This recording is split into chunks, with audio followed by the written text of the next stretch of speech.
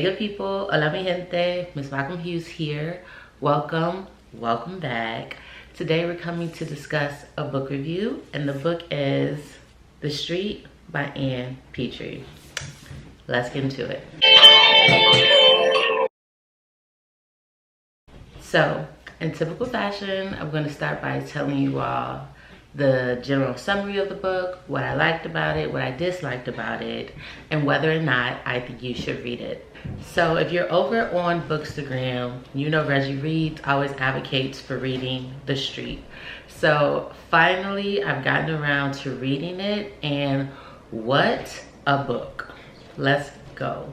So The Street by Ann Petry, the summary is honestly a little misleading. On the surface, it's a book about a woman who is trying to find her way and navigate life and all the challenges they're in by trying to reach a level of financial stability, trying to provide a good life for her son, trying to achieve her dreams within this American society and American standard of living. That's the summary of the book. That's what we follow. But within that, there's so much complexity, there's so much depth, there's so much to unpack. In essence, she literally does a masterful job of dissecting why there's so many. She basically dissected the problem of the American Negro, of Black folks in America, is what she did. And so The Street becomes this representation of all of the things that are burdening the race. I'll explain as we go through it. Let's talk about what I liked about the book. So I loved that it was so descriptive, so detailed. Petry does such a brilliant job, even from the onset, of dropping you into this world, but you see it vividly. We're dropped onto this street with a woman who is trying to find an apartment, right? It's a lot going on. It's a windstorm, and within this windstorm, very Dorothy-esque, where you're just wrapped up in this windstorm and you're dropped into this world, and the street is its own world in a sense. And so she finds an apartment, and immediately when she gets there, there's a woman who's sitting there overseeing everything. She's like an overseer of the street. And it's kind of an eerie feeling that you get from her initially, because she just sees everything and she sits and she watches. She's the watcher. But as we continue to unpack and we understand the role that she plays, and we understand the role that our protagonist Letty will play in trying to have a life, it all ties together just phenomenally. And so one thing I also really liked is that at no point in time did we really know where this story was going. So like I say, we start off with a woman trying to find an apartment. She finds one. It seems like it's going to be a good spot. It's a little strange because the guy who runs it, he's showing her the building, the super. She could tell that he wants her offset, and she's so fixated on it that as the reader, initially I was like, is this happening or is she over exaggerating? And it turns out that she's not, which also causes you to question, do we trust our protagonist, right? But she gets the apartment. That in itself has issues as far as the apartment itself, her with the super desire, unpacking all of that. But then also, what does this apartment mean for her and her son? And it has her struggles of like, it really does a good job of unpacking why families come apart, especially why Black families come apart. So you're in this society where her and her husband, they're young, they're getting married, they're excited. It's a marriage, it's perspective, it's possibilities. But then he can't find jobs, so eventually she goes to work, and someone warns her like, it's not good for a young wife to go working and leave her husband alone, but she does. Of course, he ends up cheating, being with someone else, and then she's left solo to take care of her son.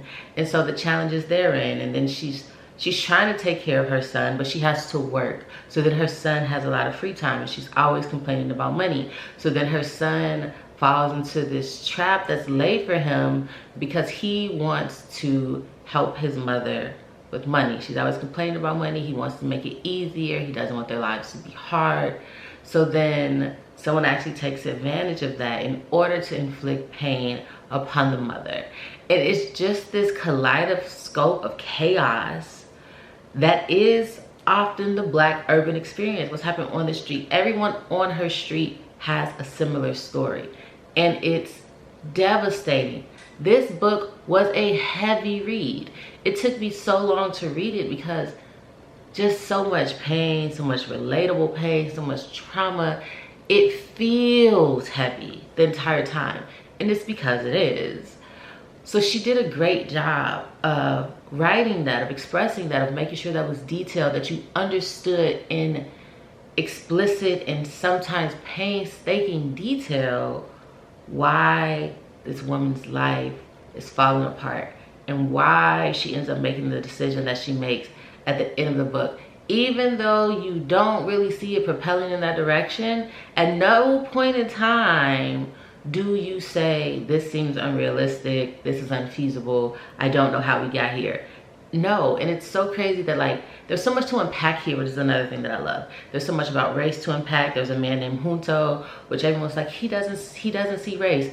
He is just the coolest white guy. He's there for everyone, and he's fair. He sees people as people, except that's not true, because he quite literally manipulates the strings and manipulates his power in order to try to bend Letty to his will. Apparently Letty is a baddie, okay?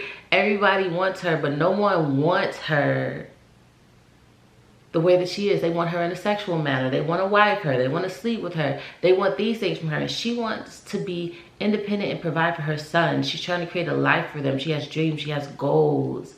And instead of people trying to see that and aid, they want to take advantage. They want to use her for their own gains and whatever purposes they have for her. And that's not what she wants. So she's stuck in this world and she's fighting against it. And so when you have a character like Junto, who everyone's like, he's such a great guy, he isn't. He's quite literally manipulating his power, using it strategically to try to force Letty's hand. Is that not oppression? Is that not institutionalized oppression? So there's that to unpack. And then we have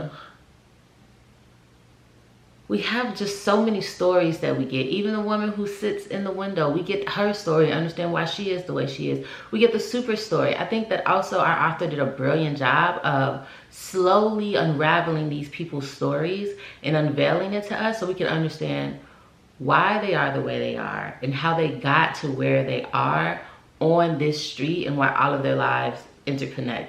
Then you have a character named Boots. There's just so many great characters here. There's so much plot. There's so much storyline. Even though some things are unveiled slowly, the story itself isn't paced slowly. It evolves. You're never bored. You're like, I don't know where we're going, but even as it unravels, you're like, okay, I'm still with it. I'm still invested. I still want to know. So I think that the book is well written. The storyline is well thought out. It really is, when you think Harlem Renaissance, you think all of these writers, it really is one of the more brilliant works that's come out of that time. And I totally understand why Reggie's always like, read the street, read the street, read the street. It really is a masterclass in a novel, honestly. So obviously I'm giving it high praise, but let's talk about some cons. There's not many, honestly. I think my one con is that sometimes there were shifts where she'd be talking about one thing and she'd shift into another. And for the most part, they were seamless. They made sense. Well, they never didn't make sense, but sometimes they were less clean cut. Sometimes a character would be thinking something and they shift somewhere else. So it'd take you like a millisecond to be like, oh, okay, we're here now. But ladies and gentlemen, that's not really a complaint. It's a little like nuisance, like but that is really my only con with the book, and that's saying something.